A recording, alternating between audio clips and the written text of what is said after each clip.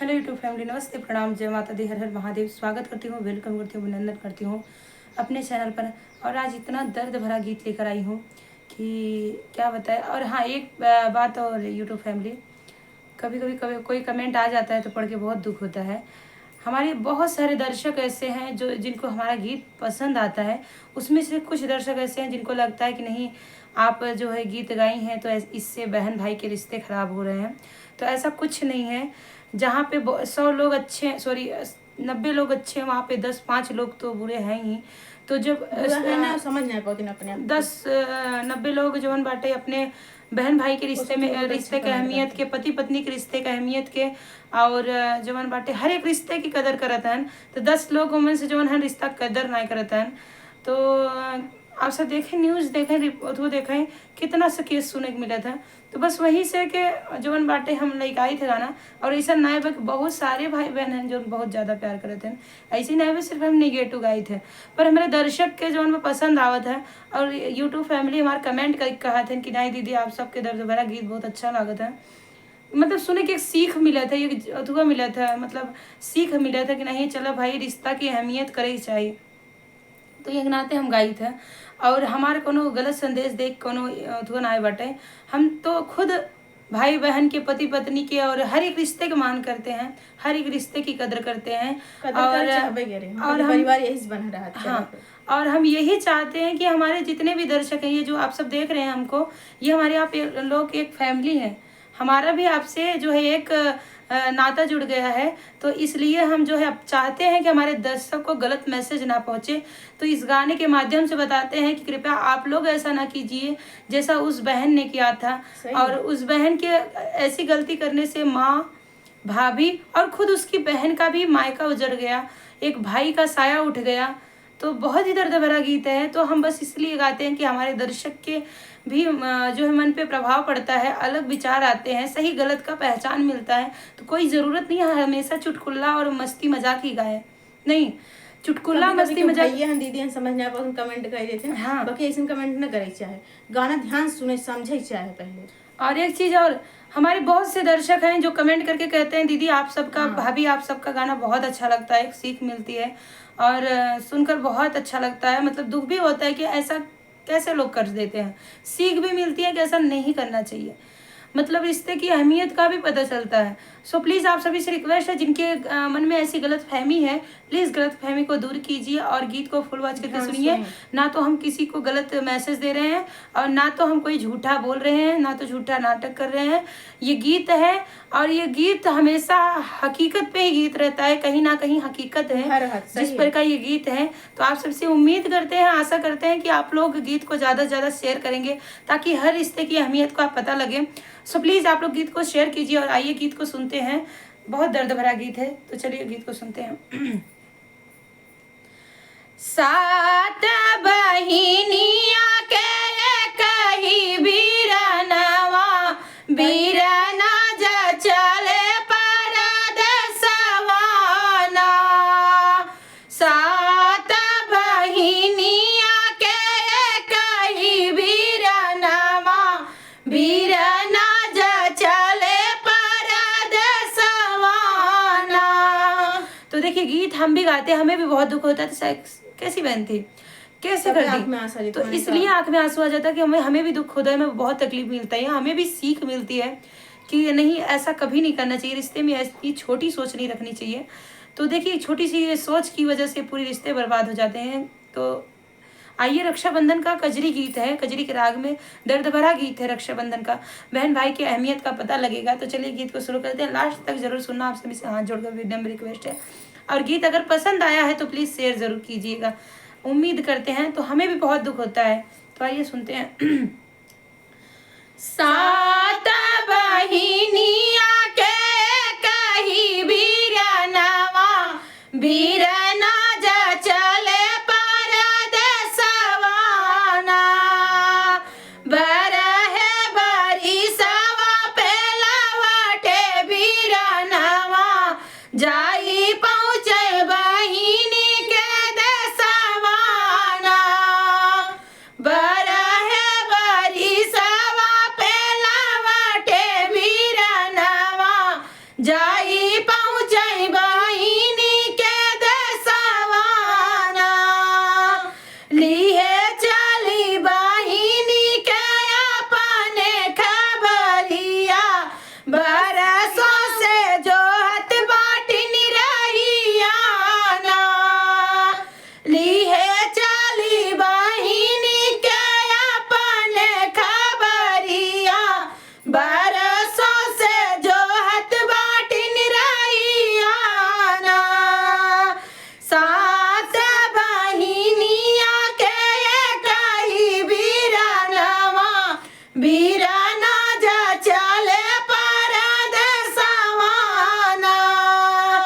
घरम से निकाली नी बढ़ाई बहिनी बढ़ाई तीन दौड़ी भागी बिरला लगे पहुँचाई ना घरम से निकालाई बहिनी बढ़ाई तीन दौड़ी भागी बिरला लगे पहुँचाई ना घोड़वा पकड़ी बहिनी करली रुदनवा आंसुअन से भीगई नयनवा ना घोड़वा पकड़ी बहिनी करली रुदनवा आंसुअन से भीगई नयनवा ना सात बहिनिया के कही वीरनवा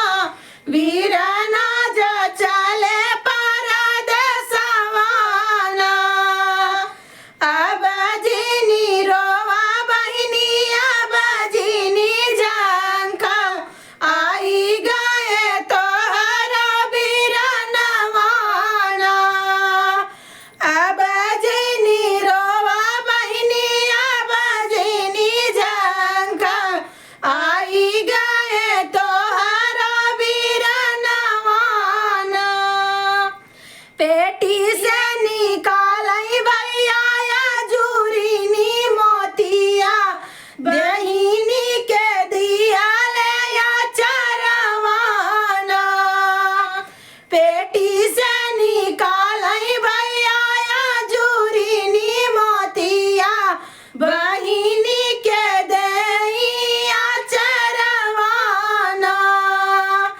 सात बहिनिया के कही वीरनवा वीरना जा चले परदेसवा ना सात बहिनिया के कही वीरनवा वीरना जा चले परदेसवा ना रुपिया पैसवा देखी बहिनी आयतना बहिनी के मन बसा पपवाना रुपिया पैसवा देखी बहिनी आयतना बहिनी के मन बसे पपवाना आजू की राती मारी डरबै वीरनवा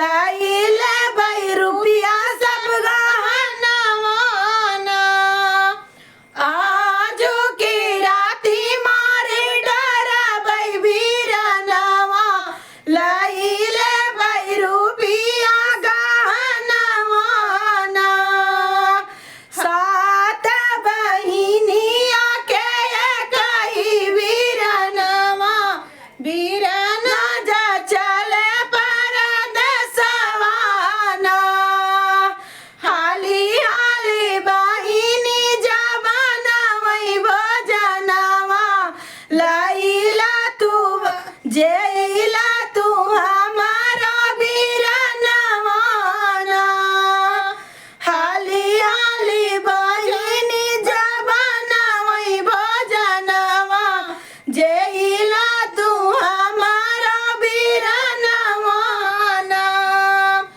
पलंगा बिछाई उनकर तकिया लगावई अब सुख सोवर वीरनवा ना पलंगा बिछाई उनकर तकिया लगावई अब सुख सोवर वीरनवा ना बेनिया डोलाई बहिनी दिहला बुझावई मारई खातिर करती पालनवा ना बेनिया डोलाई बहिनी दिया ना बुझावई मारई खातिर करती पालनवा ना आदि के रात जब सुतले वीरा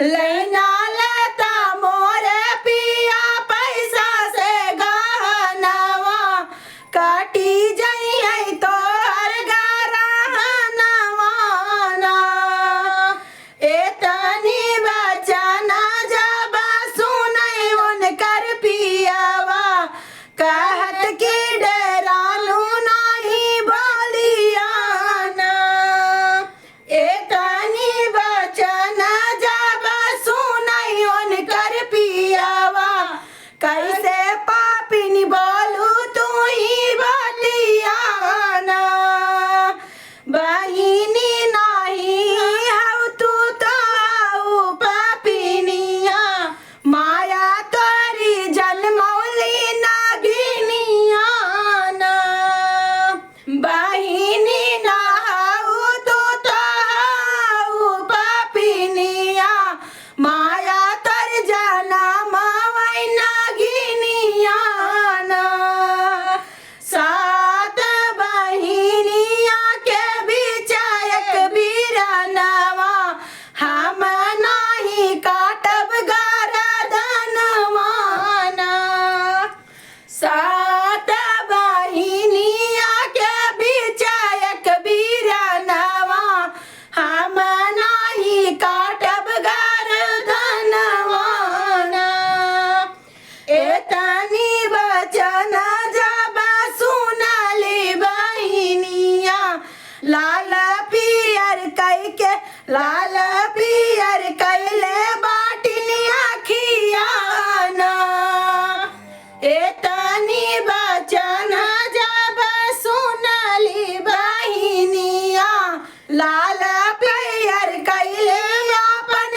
अखिया जब कहेंगे मेरे भाई को मार दो मन से दो मना कह दे कहना है सात बहनी के बीच में एक भाई पापिन तू तो कह दिहो लेकिन हम ना मारब ए भाई के इतना सुन के तुमके गुस्सा आई के लाल पियर से आँख कर लीन तो देखा कितनी दर्द भरी गीत बा और गीत के भाव आप सब समझिए चलिए जाई खड़ी भाई बहनी जाई खड़ी भाई भैया के ओ सिरानवा जट से निकाल दरवरिया ना सात बहिनिया के कही बीरनवा भैया जा चल परदेसवा ना हाथ गोड़ा कस के बांधै भैया के खटियावा जाई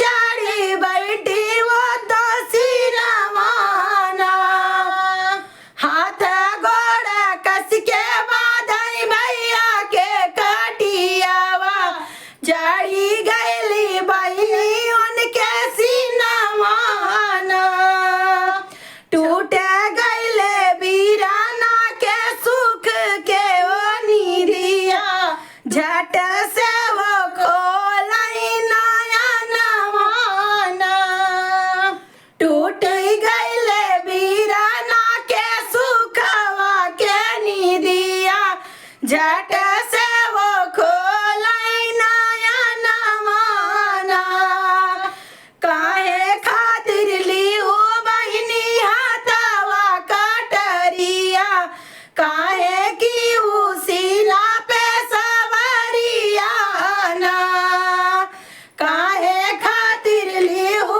बहिनी हाथवा कटरिया काहे की उसीला पे सवरिया ना छोहरे मारे से भैया पौबै सब दौलतिया सुख से बीतौ भई उमरिया ना तोहरे मारे से भैया पौबै सब दौलतिया सुख से बीतौ भई उमरिया ना आग लागे ऐसन दौलत के आग लागे ऐसन दौलत के जे भाई बहन के रिश्ता के जौन उठो खत्म कर देत बा तो देखा कितना दर्द भरा गीत बा कि तोहरे मारे से भैया पौबै सब दौलतिया सुख से बीतौ भई उमरिया ना रोई रोई भई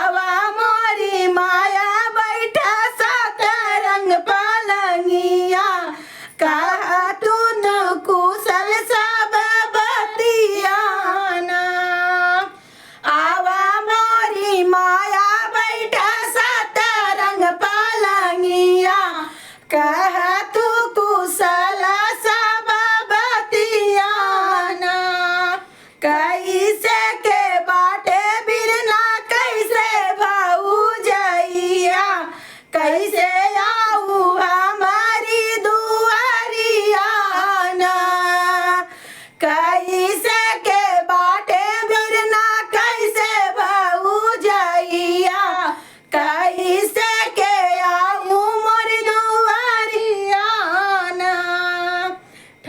ठाड़ी के कराऊ बैठी के कराऊ माया तू ही जला पनिया लैके आवत बाटी जनरियाना आगिया लगाऊं तोरे सात रंग पलंगिया कैसे के करी जला पनियाना आगिया लगाऊं बेटी सात रंग पलंगिया कैसे के करी जला पनियाना आजू के रात देखले हम तो सपनावा बेटा मोर अइले तोर भवनवाना आजू के रात देखले हम तो सपनावा बेटा मोर आए तोर भवनवाना आंगन बीच गलू बाटू भैया के गर्दनवा रतिया के देखे हम सपनवाना आंगन में गाड़े बाटू भैया के गर्दनवा रतिया के देखे हम सपनवा महतारी करे जाए देखा भाई महतारी करे जाए देख लें सपना तो देखा कितना दर्द भरा गीत बा कि पिया उनके लइके आमई फरसा से कुदरिया आंगन के खोदई लागे माटियाना लइके दामाद आमई फरसा से कुदरिया आंगन के खोदई लागे माटियाना एक फरसा मारई पिया दोई फरसा मारई तीसर में सरवा के मुड़ियाना एक फरसा मारई पिया दोई फरसा मारई तीसर में सरवा के मुड़ियाना हाचारा में धई के रोई माया गरदनवा बेटी तू तो भैलुआ पपिनियाना आचारा में लइके रोई माया गरदनवा बेटी तू तो भैलु पपिनियाना आचारा में लइके रोई माया गरदनवा बेटी तू तो भैलु पपिनियाना कोखिया उजाड़ू हमरे भौजी के तू मंगिया घाना खातिर कैलू तू ललजियाना कोखिया उजाड़ू हमारी भौजी के तू मंगिया धना खातिर कैलू तू ललचियाना नाही राखू मोरी बेटी रखिया के लजिया नाही राखू मोरी बेटी रखिया के लजिया मारू तू ही भैया के परनवाना नाही राखू मोरी बेटी रखिया के लजिया मारू भैया के बैठी के छतियाना ई हाई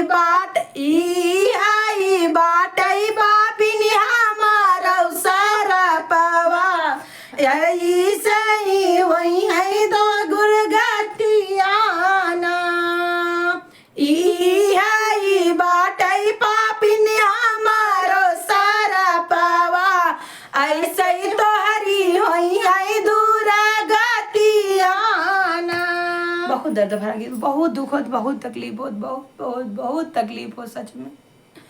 और हाँ जिक्र बहुत बहुत बहुत तकलीफ हो गाना फुल सुन के उस सब कमेंट करके जरूर बताइए कि गाना आप सबके कैसा लगा। और हाथ जोड़ के आप सबसे आस उम्मीद ना यहाँ पूरा हाथ जोड़ के बिना रिक्वेस्ट पर गाना ज़्यादा ज़्यादा शेयर करें प्लीज़।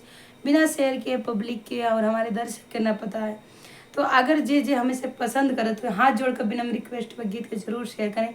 और हम सब गलत मैसेज ना दे चाहते, एक अच्छा मैसेज दे चाहते, तो हाथ जोड़कर आप सबसे बिना रिक्वेस्ट पर गीत के ज़्यादा से ज़्यादा सुन के फिर कमेंट के बताएं। हमेशा बहुत तकलीफ, हमेशा के खुद बहुत तकलीफ होता। आप सब हाथ जोड़ के रिक्वेस्ट पर शेयर करें।